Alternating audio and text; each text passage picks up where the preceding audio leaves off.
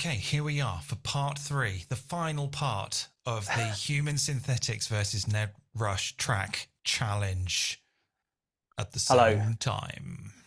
At the same time on the internet. So we live streamed. When was it? Thursday? I can't remember. And now we are going to listen to what we did. So if you're watching this video, then you've probably watched the other 3 videos. There's not really much that we need to explain. But we've both, to be quite honest, I probably could have done a little bit more work on this. But I did not. I decided to just hack through it and just get it somewhere. And then that's it. So we're going to listen to our tracks. I've not heard your track and you've not heard my track. No. And I have not seen your live stream. No. And you have not seen my live stream. So when this is over, we're going to go and watch each other's live streams and have a good time. So if I may, I would like to go first. Please do, yes. Because I kind of think mine's not that great. So I want to get it out the way and listen to yours, which is probably better, if I'm honest. I don't know. You've got no, someone said, wasn't there a mention of cat step or something like that?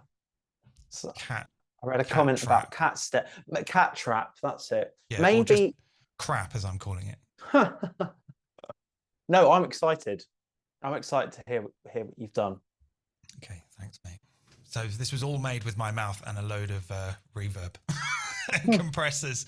Right, let's share the screen. I don't need to share my sound. I'm looking this way at my screen just to watch. So, okay. Can you see that? I can see that. Can you hear it? Oh, hang on. Let's go back to the start. I can hear that. Okay, let's go.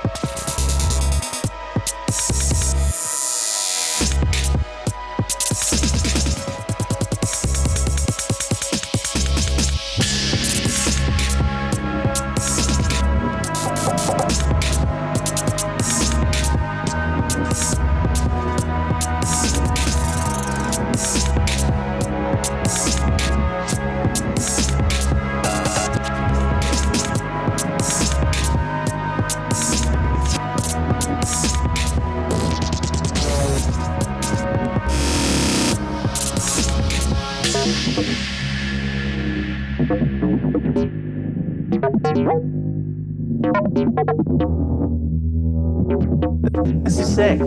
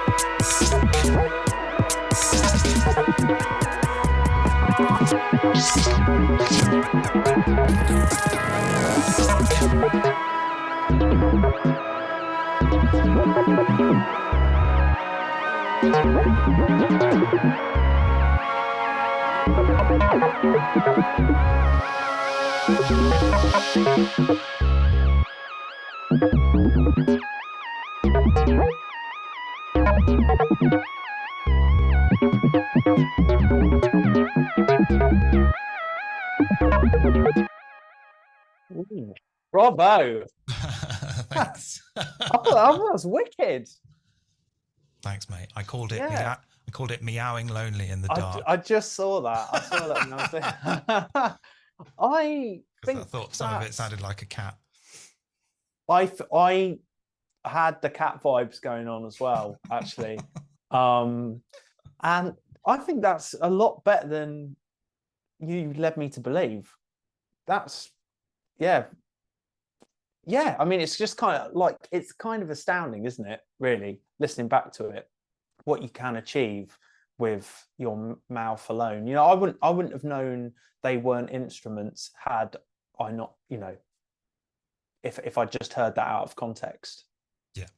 Okay. That's good. There are things and there are ideas in there that I like, but there are some things that I don't care much for. Yes.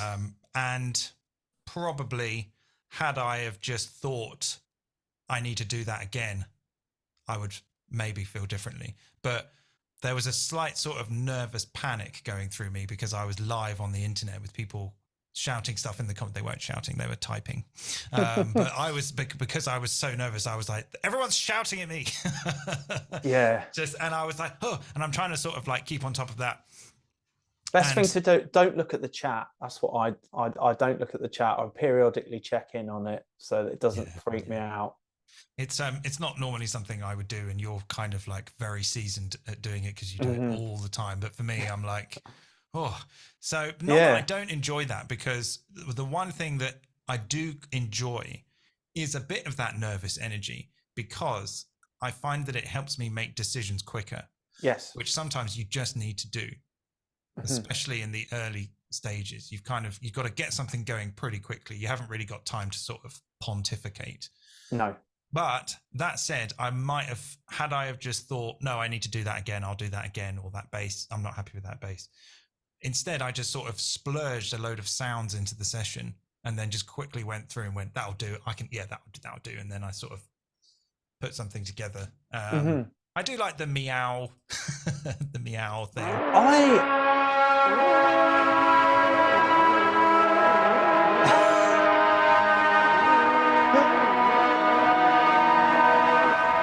quite like that. It's epic. Like I love the chord progression.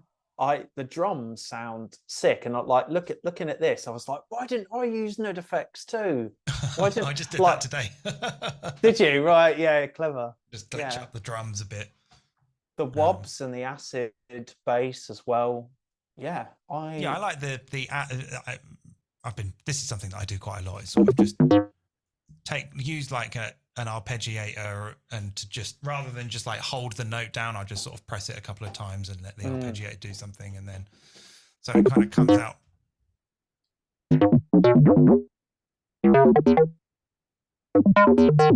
Just a little bit of space. That's, I mean, like, you know, it's if you don't have, you know, if you have nothing, if you have no samples, no instruments, you can make a kind of reasonably passable 303 sound. I'd say better than reasonably passable, actually, with your voice alone. I take it the source for that was just a whistle or something, was it? Or It might have been. I did do the whole whistle thing, and I tried to do like what we were talking about layering, trying to layer up harmonies in Looper to build like a big pad, but it kind of came out a bit naff. So I just went and then played it on the keyboard. Yeah. Just trying to think what else I did. Like well, the drums sound interesting. Did you do those in a kind of drum rack? And here. Or are they here? Where are they? So yeah, I recorded like a load of one shots. Okay. And then I put them into Simpler. Mm-hmm. And then I went through and found the ones that I liked and then re-recorded them again. Okay. Just to take out the ones I didn't want. And then I think it must be this one. Yeah. So here are all the drums. Maybe we can listen to. So that's the kick, which I mean, that's what a great kick. What a great kick. That's pretty much just drum bus, really. Yeah. I just went like that and then just filtered it down and put it through drum bus, and it just sounds like a kick. The snare is me going with vocoder on there to just add a bit more noise. Yeah. Nice. Quite a short decay and release. This is that's just a hi-hat, just me going. Very good. Open hi-hat. You can kind of hear that. I can hear you. I can hear you in that. Yeah. That's a Ned Rush hi-hat. Yeah. That's me going. That's another one. Why is that looping? What? Something's still looping. That's nothing. What's this? These are just little clicks and donks. Nice. I mean, this is cool. I didn't do anything like this. This is good. I don't think I ended up using these. They might be in there somewhere. That's something's looping. Oh, I'll just turn that off. Yeah. So, and then just a lot of drum bus, really. Just makes everything punchy. Just drum bus on everything. Drum bus on everything. I did use it too as well. Makes everything so big and loud and fun. The transient shaper is what I love on drum bus. Yeah. It's brilliant. Yeah, it is really good. I've even used it on like classical guitar. To make it more plucky. I mean, it's just it's a transient shaper, isn't it? As far as I know. Yeah, I guess so. I use it on 808 bass all the time for jungle stuff. For the, it really adds the top, the kind of top sound to it. It's great for cutting through with a bit of reverb. Yeah, as well. Yeah.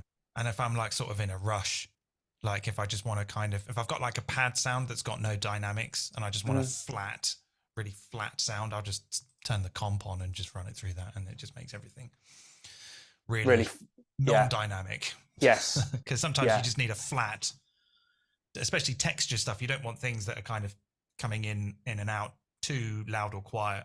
You've got to kind of be a nice block.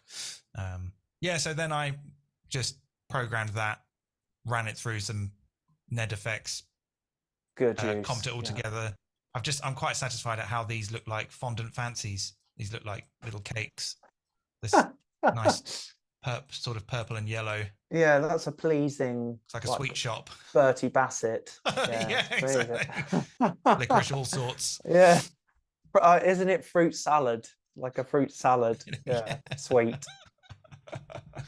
The wub was just like me, I just think just going with like some filtering on it. Yeah. And maybe a bit of. That's good. Yeah. And then I kind of thought I tuned everything together, and tuning was a slight issue as well. I had to kind of work on that myself. Yeah. And I also kind of sort of used the follow actions. I'm going to do a video about this at some point, about kind of using follow actions to kind of auto arrange the song. Yes. Doing variations of scenes and stuff. So like, even though these look like the same clip, actually some of them are turned down. or at least they should be, or is it somewhere else?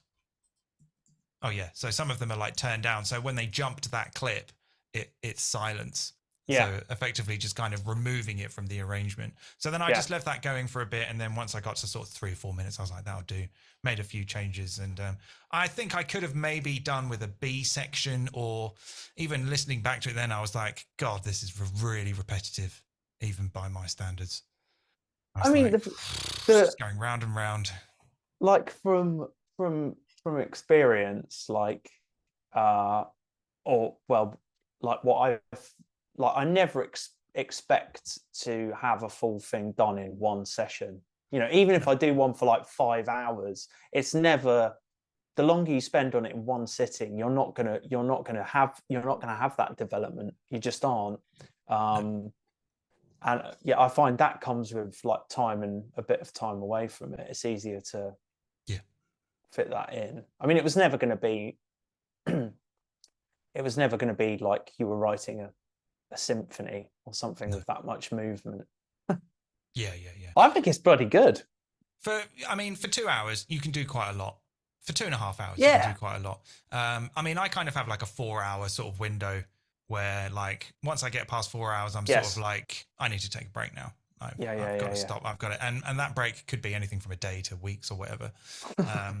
But yeah, I've never really been one to plow through, unless I'm sort of like towards the end, then I might pull an all-nighter, because I'm like, if I just give this 8 hours, I'll finish it.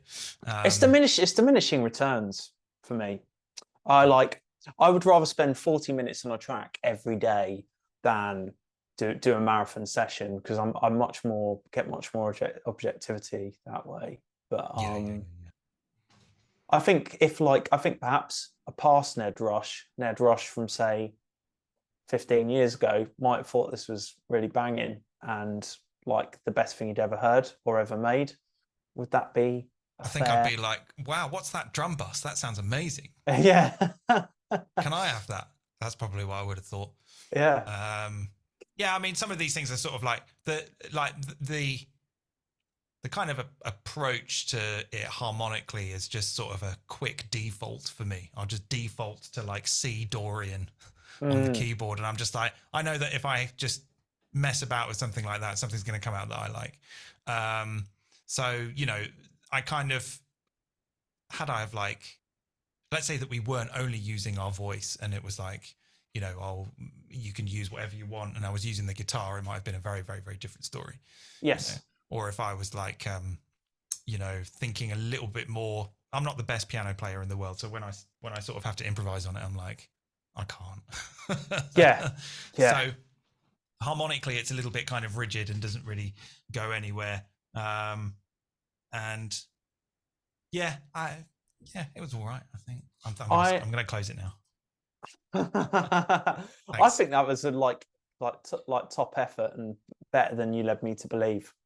Okay. So yeah, I'm kind of nervous to play mine. I wasn't. No. So shall I share mine then? Yeah, let's go. Okay. So this has just got a really boring title of My Voice. It's called. That's what it's got. Like I'm probably slightly zoomed in here a bit. So let's just take me out a bit. So I didn't. Well, I suppose we should just listen to it first, shouldn't we? Mine's quite long. I don't know if I'll play the full thing because I just jammed it. Fine. Yeah. Yeah. Okay, I want to hear the whole thing. All right, then let me just start. Because Zoom always hovers where the Ableton transport is, annoyingly. There we go. Okay. Right. So how's that for levels? It's good.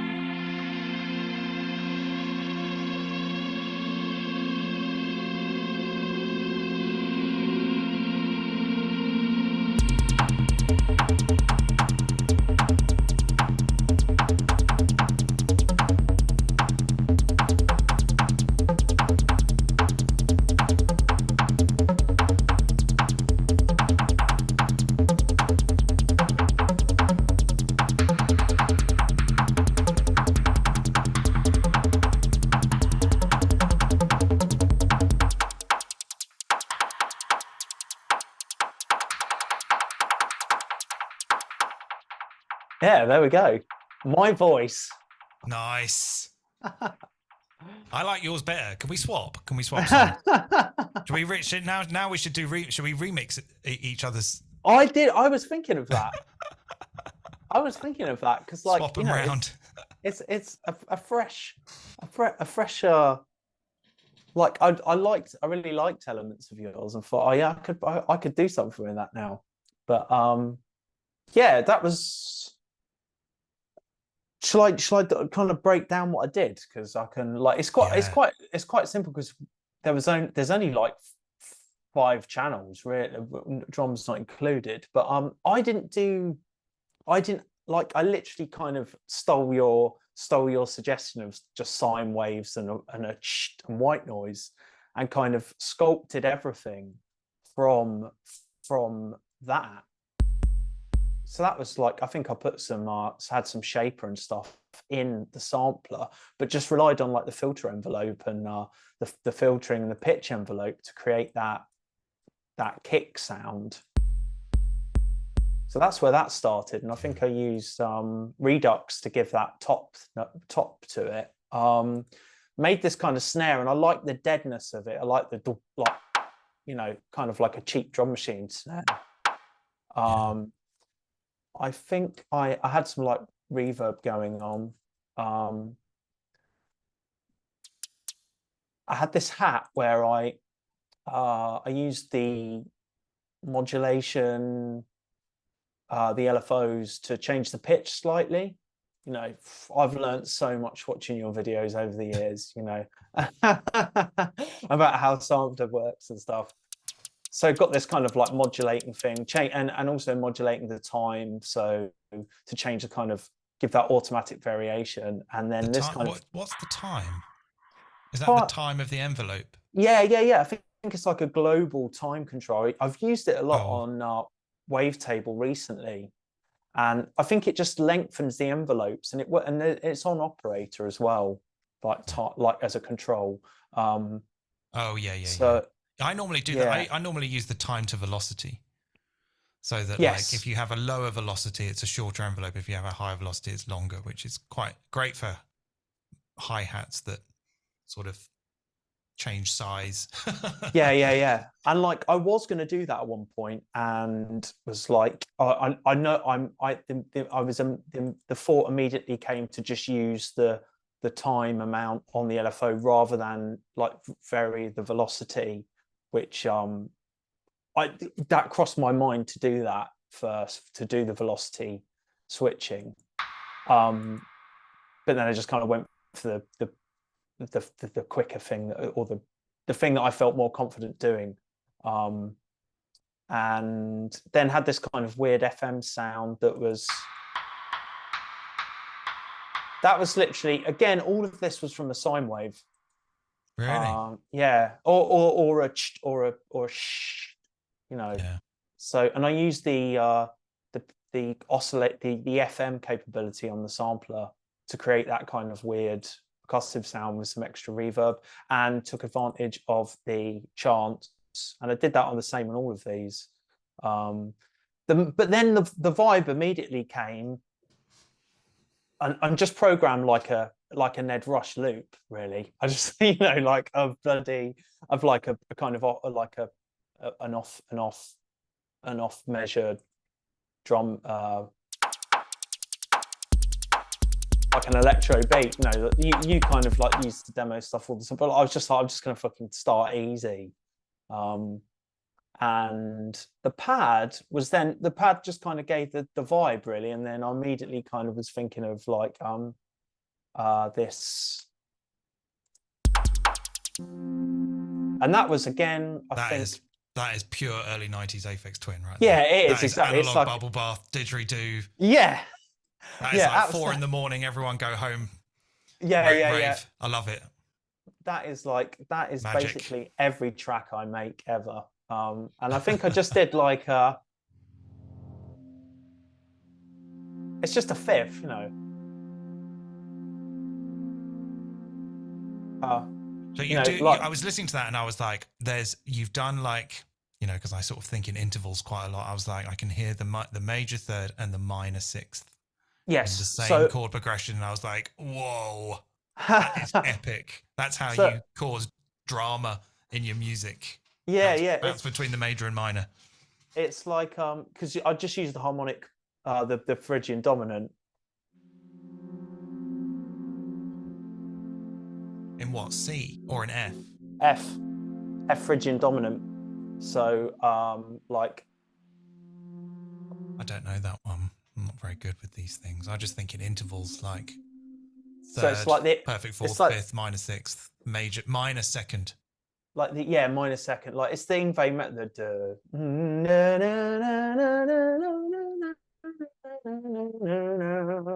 And it's got this kind of major minor quality to it because you've got like the major sixth and you've got the minor second. It's got this kind of minor major quality because of the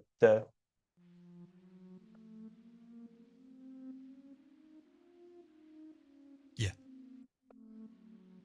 It's like and you've got these clashing seconds, minor seconds. So, but then you can kind of skirt between the kind of dominant major sound, and then I was just bringing in like the semitone clash, Yeah, an octave up. So that immediately set the vibe, and I was like, right, that's it. That's like 4 a.m. track. So I left the pad. I did modulate the filter. I did a kind of live performance. That's how I tracked it all out, which is how I tend to do everything. And I mapped the filter, but the filter got a bit unwieldy. And I think it's because I was using quite a lot of, I think the sound itself was quite, we can see what it's like if I turn it up. Maybe not. So there's my voice. Oh, you used a tuner. Why didn't I use a tuner? Yeah. So I I'm used such a it to kind of, dumbass. yeah. There's a tuner. I spent ages tuning stuff by ear. I was like, oh, have I done this right? I forget there are tuners in the world. Yeah. There. I used the tuner to just you can move that. I've just So I used the tuner and I did the same because otherwise it just freaks me out not having things tuned or like you start to spend all of the time just trying to fine tune things. So but then I moved on to the bass and I was like, right, I just want then I immediately, like, if I'm not sure what I want from a track, I just copy something I know, because I kind of like through the iterations that a track goes through, it changes so much. It's fine to just steal arrangements and steal ideas. So on the back, I was like Caves of Steel. It's called Caves of Steel, and it's like this electro tune, Caves of Steel by Interstellar Funk and Convection, and I heard it on an Aphex Twin playlist, I think from a field day performance, and it's like really dark and it's just like this chugging electro bass, and so I was like, that's the kind of thing I want.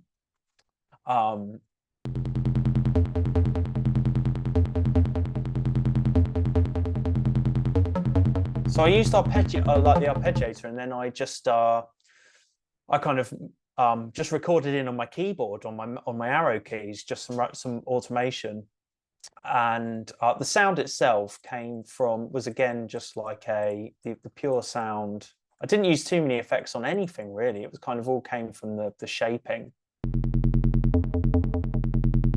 but I did use the FM, so it's quite subtle. But that's a whistle, or is that? That's a whistle. Amazing. That was a whistle. So I put some amp on it very, very lightly. Give a bit of grit and some pedal. Subtle, really. Some EQ, just to get rid of because I get rid of the low stuff, so it worked with the kick. Just some chorus and then a reverb. And then I gated it, I sidechained it to the kick. So then this lead sound.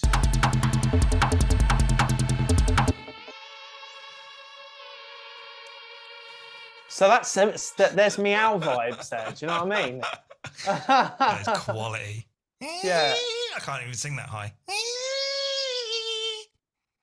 And then I was like thinking of June. And that really does demonstrate that June. Yeah, that is well June. That's what it is.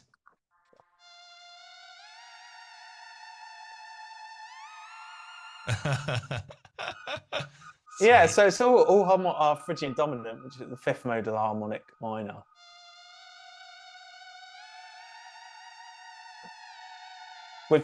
So I made it a mono synth essentially, and again I think it was just a whistle sample that I had the sustain mode running with some crossfade, had kind of a bandpass filter, and what does it sound like without it?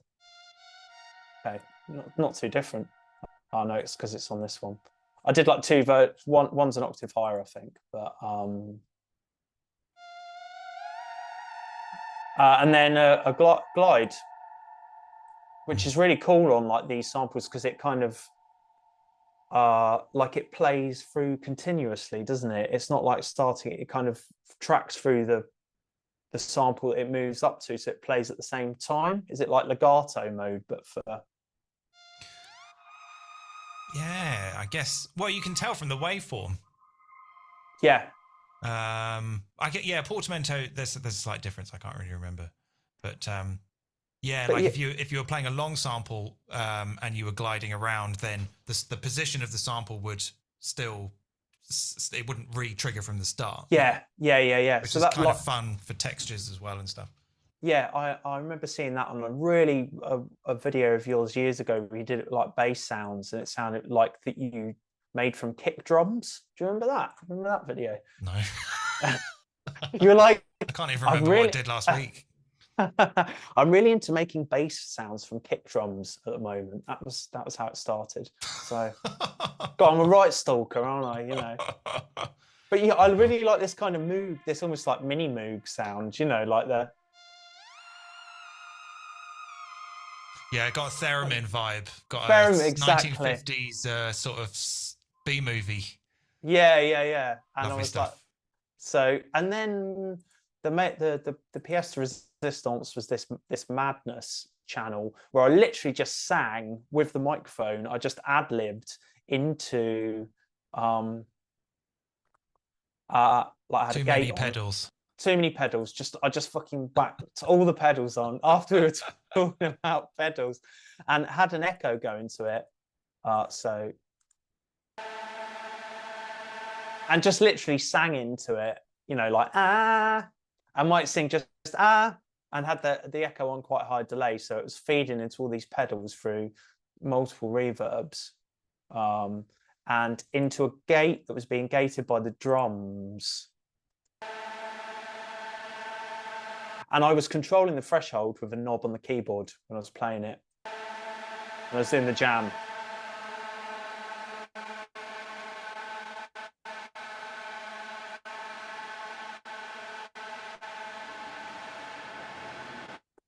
Wow. It's kind of got a swarm vibe, sort of swarm of bees or. Yeah. It's like That's amazing. I love it. Yeah. That was, and then I just jammed it out and had fun doing and explored some little, I kind of like the thing that I did here with this kind of starting and call and response almost.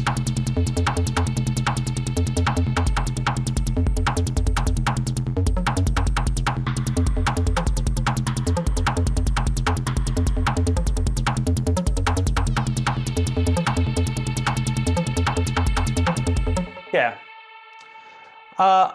And yeah, that was it. And then I stuck a limiter on and called it a day. Brilliant. And listen, you know, I had loads of ideas before doing this, including like putting things in wavetable, as we spoke about when we first met to talk about this. Didn't do any of that. You know, essentially just used a sine wave and some white noise and kind of made and this is what came out, and then sang.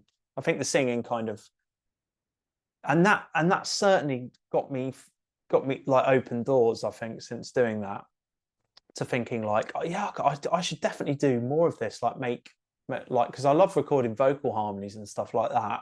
And it's just a case of like, if you don't have a microphone set up all the time to do that, you never do it. So kind of been giving me ideas since that I should definitely keep a microphone on a stand, particularly a dynamic mic that's not just going to be, I can just hold like that. Yeah. You can whack the gain up and you're not going to break it. Yeah, exactly. Yeah. So brilliant stuff. Yeah, I was like when you suggested it, I was a bit daunted by the process, but actually, like, yeah, like I could see myself, I could totally working on this tune and like and putting it out there. I really like the vibe, and that for me is the main thing. If I get a mood going, and I don't mind that it doesn't change. Do you know what I mean? I'd just make more of the drama of like the drops, I think. Yeah, I mean, the mood is definitely a strength. That was certainly the first thing that hooked me in, because I kind of like that juxtaposition between it being kind of pretty euphoric and kind of frightening as well at the same time. Yeah. That's that contrast. Cool. Yeah. Especially in a rave. Yeah. You want an edge. You need a bit of that. Oh, what's going on?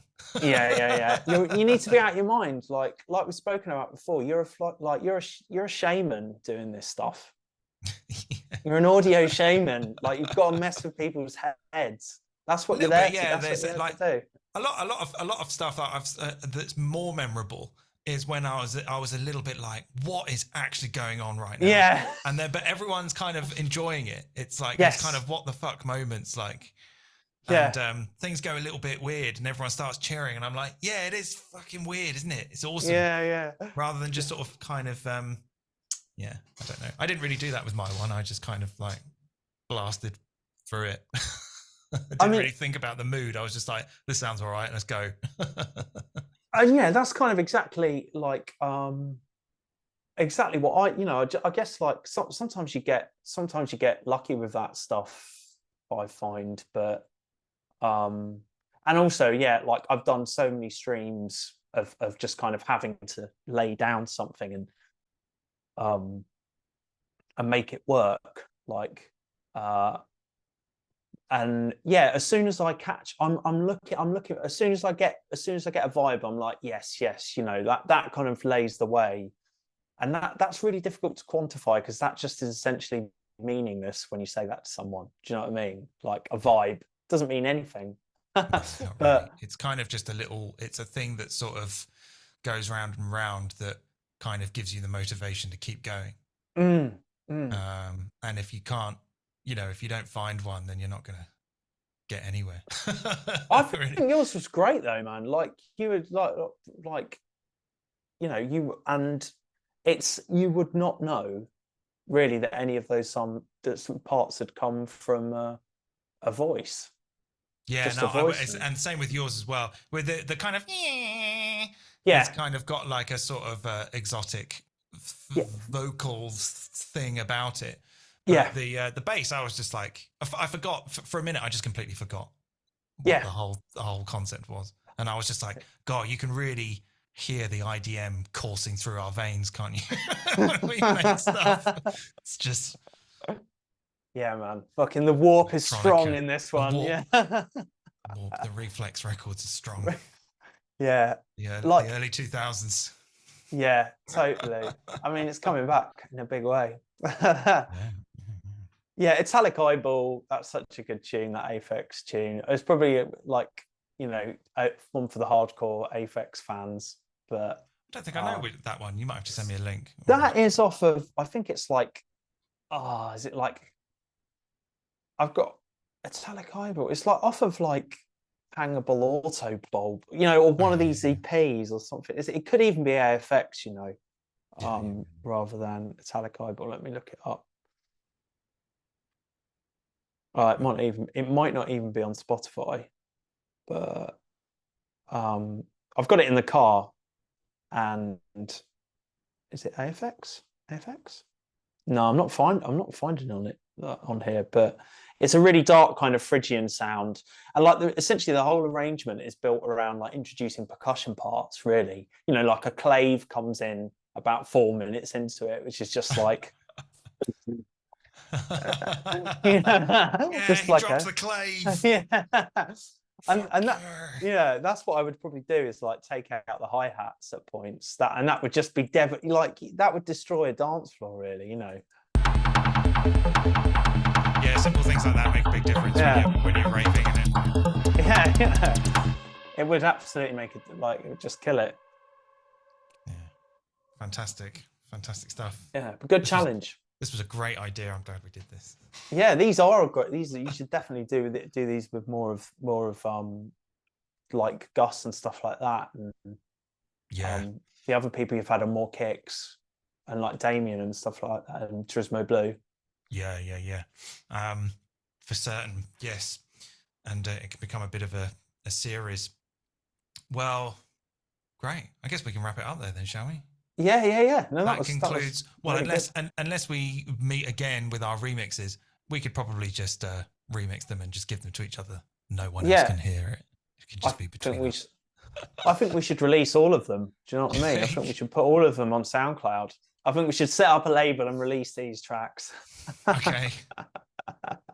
Make them into NFTs. Okay. Yeah, why not? Yeah, brilliant. I was wondering if you would be open to, excuse me, if we could both put the project files on both our Patreons.